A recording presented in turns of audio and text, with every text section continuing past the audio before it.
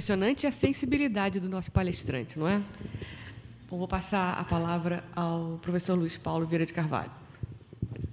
Bem, bom dia a todos. É um prazer receber vocês aqui, a nossa presidente do Fórum, desembargadora Cátia, essa mesa de ilustríssimos convidados. Agora chegou o meu irmãozinho, eu e o Marquinhos, que são meus irmãos de coração, de alma, da Maria Leone.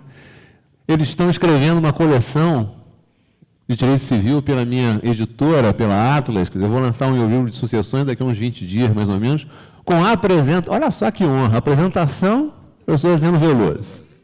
Prefácio, professor Zé Maria Leone. Orelha, Marco Aurélio Bezerra de Mello. E contracapa, Silvio Capanema de Souza. Eu não precisava mais, né? Depois desse poema, então, não preciso mais nada. Mesmo assim, todo mundo vai ver o livro. E além da presença de todos aqui na mesa, o Bedefan, da Glis, o Mário Roberto, não sei se vocês sabem, além de ter um livro excelente sobre direito sucessório, ele atualizou a obra de Direito das Sucessões do professor Orlando Gomes. Quer dizer, em melhor companhia, Verinha, o nosso Lafredo. E vocês, principalmente, que numa sexta-feira, com esse trânsito, conseguem chegar aqui 9h30 da manhã, para nós conversarmos sobre o direito sucessório. O Zeno é o mestre de todos nós, né? Quando eu convidei o Zeno, a desembargadora falou, vamos fazer um primeiro evento de direito sucessório. Eu falei, me lembrei na hora do Zeno Veloso. Aí avisei, liguei, como todos nós somos fãs dele, Leone, Marco Aurélio, Guilherme Penha, que só chega atrasado. Guilherme vai chegar uma hora da tarde perguntando, cadê o evento? Né? E todo mundo, não, vamos encontrar com o Zeno de qualquer maneira, maravilhoso, sensacional, tem obras lindíssimas. Tem eu sempre digo para ele reeditar. Ele tem um livrinho pequenininho, que é uma pequena obra-prima, chama-se Condição, Termo e Encargo. Tem um tratado de testamento. Tem um melhor livro, me perdoem os outros autores, sobre ineficácia do negócio jurídico. Inexistência, invalidade, nulidade, anulabilidade, são obras-primas, entendeu? E é uma pessoa maravilhosa, simples. Não, nós acabamos aprendendo que quem sabe direito nunca é pretensioso. É sempre a pessoa afável. Né? Leão do Ponte de Miranda aqui. Acabava de escrever, 7 horas da noite, ia tomar um chopinho ali em Ipanema, com todo mundo no bar. Eu não tenho necessidade.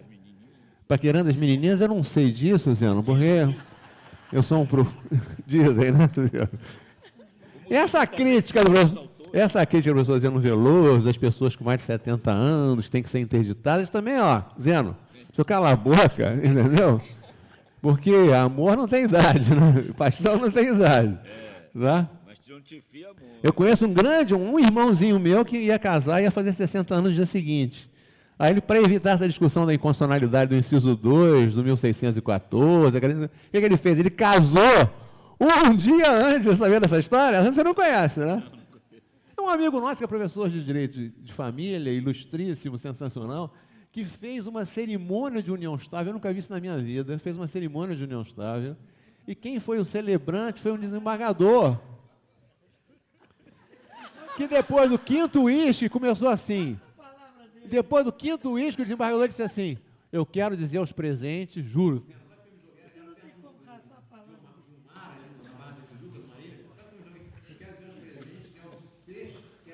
Esta união do meu amigo. É a primeira frase que ele disse. Né? Nunca é inesquecível. Então, vamos lá. Então, não é essa diferença de idade, né? Não vamos interditar as pessoas. Então, vamos lá. Zeno falou sobre o direito sucessório do cônjuge, que é muito inspirado, 1829, que é muito inspirado no Código Civil Português, mas cometeu, a meu ver, uma falha grave. O Código Civil Português diz, são classes sucessórias, o cônjuge aos descendentes, o cônjuge os ascendentes, o cônjuge sobrevivente. Não envolve regime de bens, não havia necessidade de fazer isso. Se provoca, enquanto que o direito tem que dar segurança às relações jurídicas, provoca uma imensa discussão.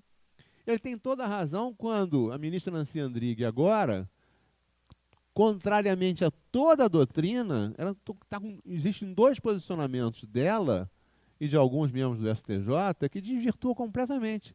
Quer dizer, como o Zeno disse, se a regra é a concorrência sucessória, o cônjuge foi promovido, antes ele era herdeiro facultativo, no Código Civil 16, agora é herdeiro necessário, artigo 1845, o que acontece? A regra é a concorrência. Quem é que fica na alegria e na tristeza ao lado do outro a vida inteira? Concorre com os descendentes e inseriram esse problema do regime de bens. Mas é exceção em um regime. A inspiração do código foi quem meia não herda, quem herda não meia. Então eu acho justo, a pessoa está casada em comunhão universal, quase a totalidade dos bens, ela já está dividindo o patrimônio com outra pessoa.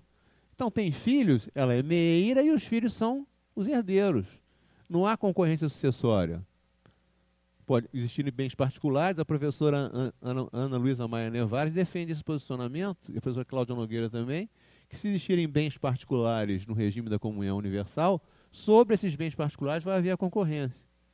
Depois dizem que eu acho um absurdo, quem casa pela separação legal obrigatória, e o falecido, o cônjuge sobrevivente, o falecido deixa a prole, não concorre. Então, em princípio, não seria nem meieiro, nem co-herdeiro, o que é um absurdo, porque o direito sucessório tem que proteger a família. Aí os advogados têm que se valer da súmula 377 para conseguir alguma meação, com aquelas interpretações todas. Mas o pior, o saudoso Miguel Reale, súmula 377 é aquela que diz que no regime da separação legal obrigatório, comunicam-se os bens adquiridos na constância do casamento.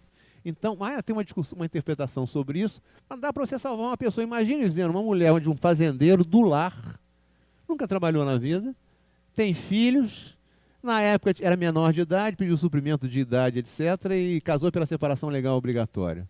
Qual é a realidade do direito brasileiro na letra fria da lei? Se ele vier a falecer, ela não vai ser nem co-herdeira, e, em princípio, nem seria meieira. Então, se você não utilizar da súmula 377, essa pessoa está desamparada.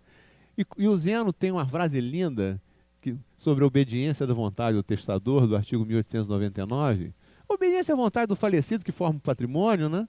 Esse falecido está lá no mundo espiritual, desesperado, dizendo o que o legislador fez. Quer dizer, a mulher da minha vida não vai ser co-herdeira, porque eu tenho descendentes, porque o inciso 1º do 1829 proíbe essa concorrência, e ainda não seria meieira, pelo menos em tese, porque está casada pelo regime da separação de bens. Essa súmula 377, para mim, é uma benção, uma salvação nesses casos. E o outro posicionamento da ministra Nancy Andrighi, que parece quem começou essa história foi a nossa querida Maria Berenice Dias, dizendo, olha o seguinte, o incentivo à não natalidade.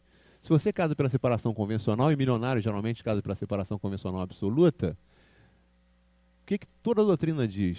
Zeno, eu, Mário, Leone, Marco Aurélio, todos os doutrinadores de direito de família, de direito de sucessões, o que diz? Olha, não vai meiar, porque a separação convencional é absoluta. Mas o pacto antinupcial cessa seus efeitos com a morte. A morte cessa o casamento e os efeitos jurídicos do casamento. Não vai meiar, mas pelo menos vai concorrer com os descendentes. Agora, o STJ, posicionamento da nossa querida ministra Nancy Andrighi, já fiz palestra, eu gosto muito dela também. Ah, não! O regime de bens que eles escolheram em vida tem uma ultratividade e alcança depois da morte. Isto é, na opinião do professor Miguel Reale, não vai haver nem concorrência sucessória na separação convencional, nem na separação legal obrigatória. Mas na separação legal obrigatória está na lei. Na convencional é o que o legislador não distingue e não cabe ao intérprete distinguir. Então, olha a tua situação. Eu conto isso em sala de aula.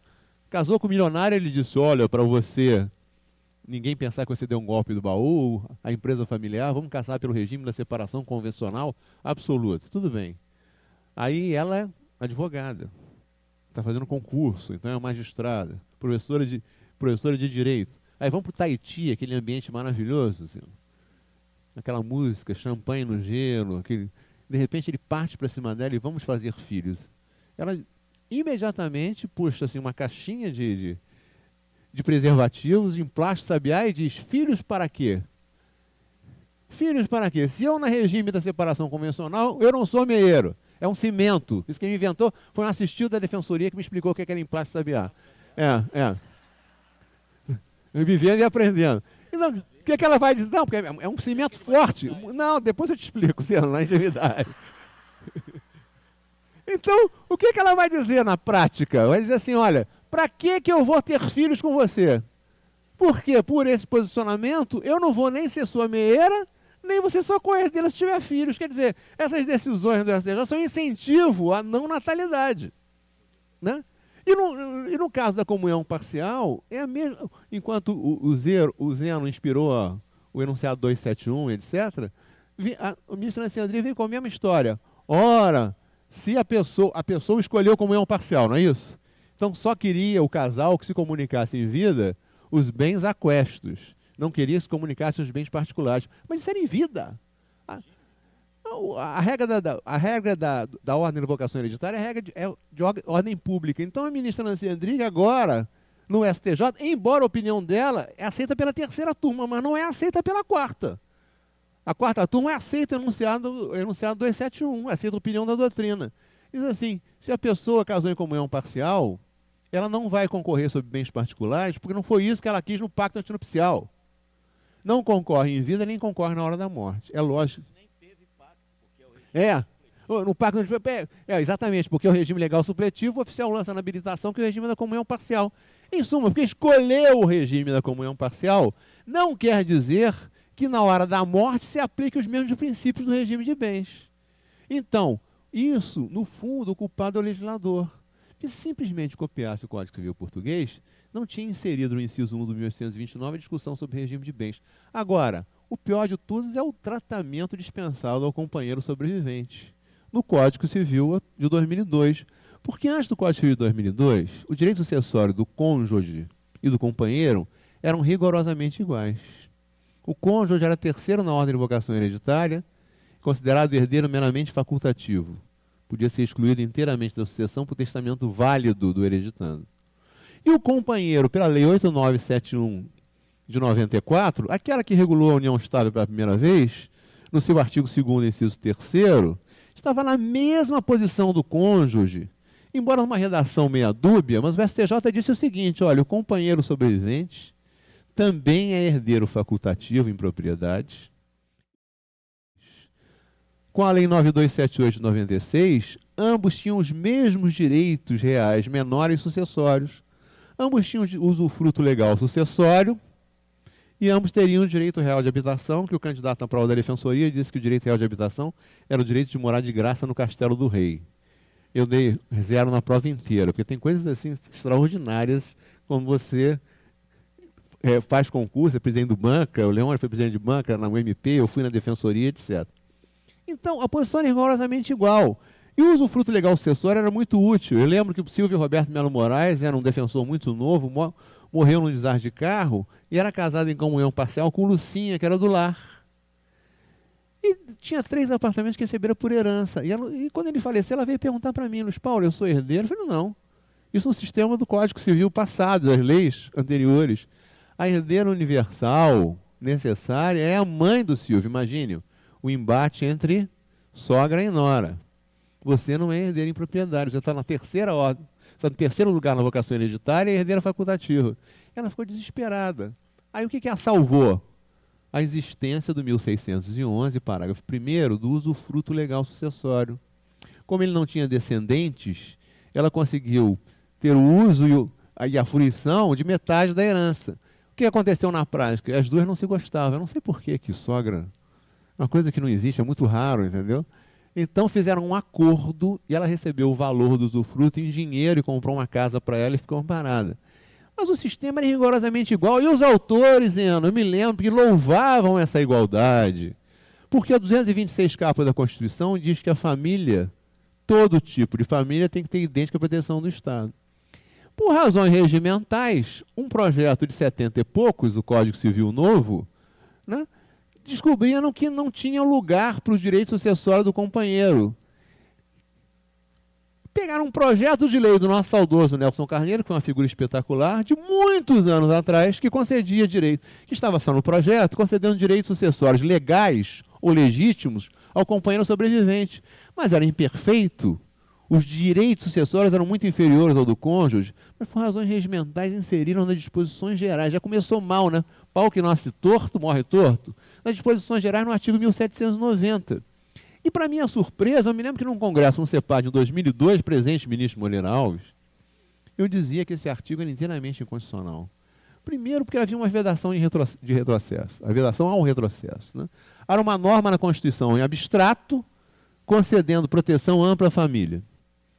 As situações jurídicas sucessórias, o direito sucessório é importantíssimo, é garantido pela Constituição Federal, artigo 5, inciso 30, eram idênticas, a posição era igual. De repente vem uma legislação infraconstitucional e retrocede, porque o 1790, seja do caput, ou inciso 1, 2 e 3, acho que o inciso 4 não, tem direitos sucessórios em relação, fazendo uma comparação entre o companheiro sobrevivente e o cônjuge, inferiores em qualidade e quantidade da herança. O companheiro é discriminado e no caput tem até uma hipótese do companheiro receber mais direitos do que o cônjuge. Vamos conversar sobre isso daqui a pouquinho. Também não vou me alongar muito. Resultado da brincadeira. Vários autores começaram a louvar e dizendo o seguinte, não, na realidade, e o grande Moreira Alves disse isso num artigo, a Constituição discriminou união estável em relação ao casamento. Quando, no parágrafo 3º do artigo 226, diz que a lei deve facilitar a conversão da união estável em casamento. Isso significaria dizer, palavras do relator Ricardo Fiuza, que o casamento tem mais valor jurídico do que a união estável. Que, na realidade, a união estável era uma instituição meio de chegar ao casamento com a instituição fim. Quando nós sabemos que o legislador constituinte não quis nada disso. O que ele quis foi permitir uma facilidade. Você quer viver numa família e não formalizar a relação, vive em união estável. Eu vivi durante 9 anos em união estável, foi uma maravilha. Quando terminou, foi uma conversa simples, não tive que ir para o fórum. Porque antes da emenda constitucional 66, você passava no segundo andar do fórum, você via um monte de mulheres chorando, e as pessoas não entendiam, quem não era advogado não entendia. Isso aqui é o corredor das varas de família. Tudo era agumeirinho, separação judicial litigiosa. Separação, tinha uns que faziam de masoquismo, separação com culpa, entendeu? Aí vinha a mulher chorando, não sei mais o que. E para o divórcio, tinha aquele prazo de espera, ficar 2 anos esperando, até que, graças a Deus, veio a emenda constitucional 66 e voltou o repúdio romano, né? Mulher, eu te repudio. Acabava o casamento em Roma, ou vice-versa. Não tem que dar motivo. Isso é da intimidade das pessoas. Em suma, pessoal, aí vários autores começaram a seguir essa carreira do grande Barbosa Moreira, dizendo o seguinte, não, o casamento tem muito mais valor jurídico que a união estável, o 1790 é injusto. Eu me lembro de vários amigos meus, autores, dizendo isso. É injusto, Luiz Paulo, mas não é inconstitucional. Você começa o primeiro motivo da inconstitucionalidade, ao meu ver, é a proibição da vedação do retrocesso. Já acontece. Segundo, a igualdade formal e substancial. Se você vive numa família com idêntica proteção, está na mesma situação, seja seu companheiro ou seu cônjuge, te ama do mesmo jeito. Você vai receber menos direito sucessório em qualidade e quantidade do que o outro. Em suma, em 2002 disse isso. Quando acabou a palestra, o maravilhoso ministro Moreira Alves chegou para mim e disse assim, eu defendi que o 1790 era inteiramente inconstitucional. Luiz Paulo, nós lá no Supremo não achamos isso. Porque o casamento tem muito mais valor jurídico do que a união estável, não sei mais o que. Aí eu falei, saiu sem querer, Zeno. Ele disse assim, mas o senhor não está mais lá. E a composição do Supremo mudou toda. Acho que ele não gostou muito não, entendeu? O senhor não está mais lá, já está aposentado, etc.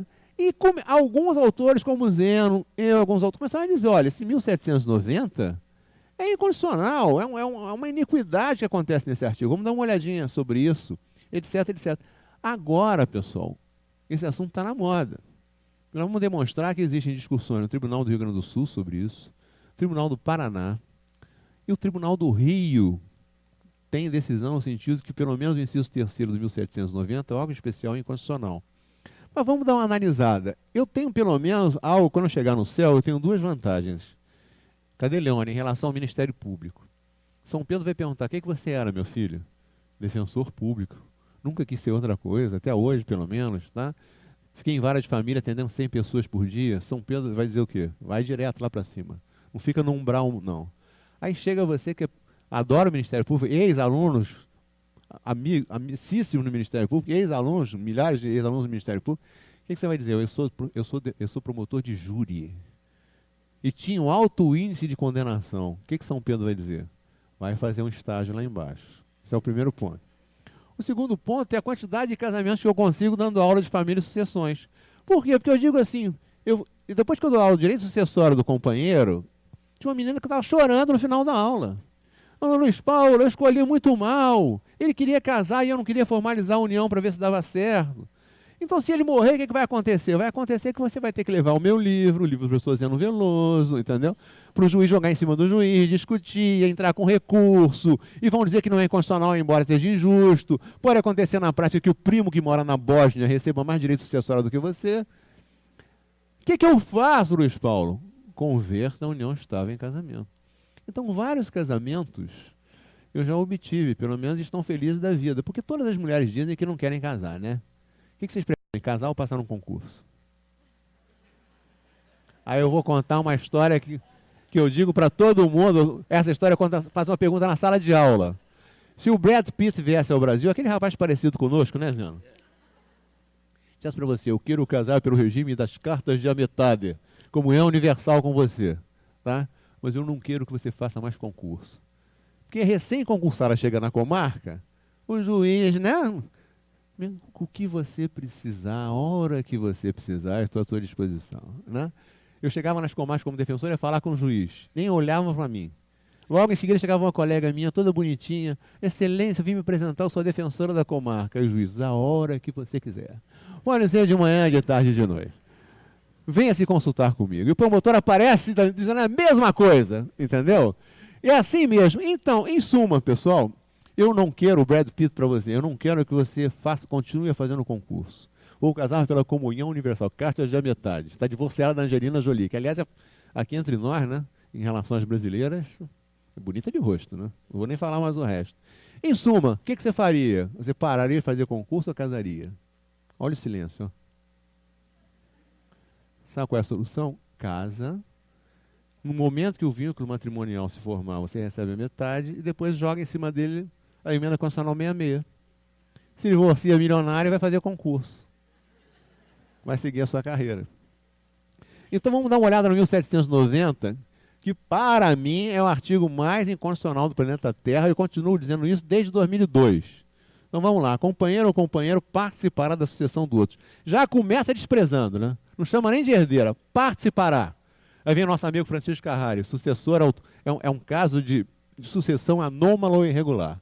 Nem herdeira a moça é chamada, que geralmente é a companheira que sobrevive, né, Zeno? Geralmente o companheiro morre primeiro. Então vamos lá. Participará da sucessão do outro tem uma vírgula. Quanto aos bens adquiridos onerosamente na vigência da união estável. Olha a restrição.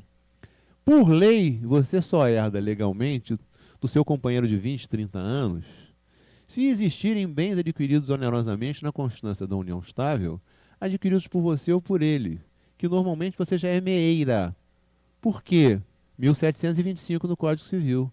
Na falta de contrato escrito em contrário, aplica-se a união estável e regime da comunhão parcial. Aí os bens particulares, incomunicáveis, aqueles bens que não foram adquiridos a título oneroso na constância da união estável, esses não vão para você, por lei. Vão para as pessoas nominadas no inciso 1º, 2º, 3º e 4º. Ora, o que pode acontecer aqui na prática? E agora, recentemente, em 2013, 21 de 11 de 2013, o ministro Luiz Felipe Salomão, nosso ministro carioca do STJ, na 4ª turma, suscitou a inconstitucionalidade do caput do artigo 1790, dizendo o seguinte: recurso especial, união estável, regime sucessório, artigo 1790, arguição de inconstitucionalidade. O número é agravo de instrumento no RESP 1291.636. Agravo de instrumento no RESP 1291.636. Então, até quando estava formalizando o livro, até parei para inserir esse acórdão. E qual é o argumento aqui? Eu sempre defendi que o caput do 1790 tem duas inconstitucionalidades. A primeira porque fere o princípio da vedação do retrocesso, da igualdade formal e substancial, da dignidade da pessoa humana. Quer dizer que você é menos digno porque vive união estável do que a pessoa que está casada? Por que a pessoa que está casada tem que receber mais direitos sucessórios de você se o amor é o mesmo? Mas também seria inconstitucional porque, reparem, nesse pensamento da doutrina do professor Zeno Veloso, o cônjuge sobrevivente que casa em comunhão parcial, que é a regra na união estável, na falta de contrato escrito, ele concorre com os descendentes do falecido só se existirem bens particulares. O companheiro sobrevivente e não concorreria, salvo a opinião da ministra Nancy Andrighi, em relação aos bens comuns, aqueles bens aquestos que fazem parte do patrimônio comum na comunhão parcial. Ora, Mas se você viver a união estável, olha a diferença. Você casou em comunhão parcial. O seu marido adquiriu vários bens a título oneroso na constância da sociedade conjugal. Você é meieira desses bens. Não é isso? Mas, dentro do enunciado 271 da doutrina, ele morre. Se existirem bens particulares, você concorre. Mas, em regra, só sobre os bens particulares. Mas se você não se casou e vive em união estável, todos aqueles bens adquiridos onerosamente na constância da sociedade conjugal de fato, o que acontece? Você seria meieira e também co-herdeira. Então, na prática, acontece, salvo no pensamento da ministra Nancy Andrighi, que o companheiro pode receber mais direitos sucessórios do que o cônjuge. Então, haveria também uma outra inconstitucionalidade. E esse acordo do ministro Salomão, que suscitou essa inconstitucionalidade, tem a ver com essa possibilidade do companheiro receber mais direitos sucessórios do que o cônjuge. Então, já é uma primeira discussão. Segundo ponto, inciso 2. Se concorrer com filhos comuns, terá direito a uma cota equivalente que por lei foi atribuída ao filho. Ora, se em regra o inciso está vinculado ao caput, se a companheira sobrevivente concorrer com filhos comuns do casal, dela e do agora falecido, terá direito a uma cota equivalente que por lei foi atribuída ao filho em relação aos bens adquiridos onerosamente. Os bens particulares vão todos para quem? Só para os descendentes. Então, seria uma desigualdade em relação ao cônjuge também. E mais, lembra que quem está estudando direito sucessório, o cônjuge tem direito a uma cota mínima. 1882, quando ele herda da base de cálculo dele, a partir do quarto descendente, ele tem direito a receber 1/4 da herança e o resto é dividido entre os descendentes. Essa cota mínima não foi atribuída ao companheiro sobrevivente. Mas vamos prosseguir, porque o pior está por vir. Inciso 2. Se concorrer com descendente só do autor da herança, famoso caso, madrasta versus enteado. Padrasto versus enteado e vice-versa. Se concorrer com descendente só do autor da herança, tocar-lhe a metade do que couber a cada um daqueles. Olha que absurdo. Então a proporção do filho unilateral, do filho exclusivo do falecido, é maior do que a companheira da vida dele inteira. Porque o Código Civil resolveu fazer essa discriminação, que é baseada numa lei que era um sucesso 20 anos atrás. Resultado. E os bens particulares, Luiz Paulo? Olha, se o inciso, em regra, está vinculado ao caput, todos os bens particulares são para os filhos exclusivos, e dos bens adquiridos onerosamente, se eventualmente existirem, o que vai acontecer? Ela vai receber a metade da porção desses filhos exclusivos. Isso não é discriminatório?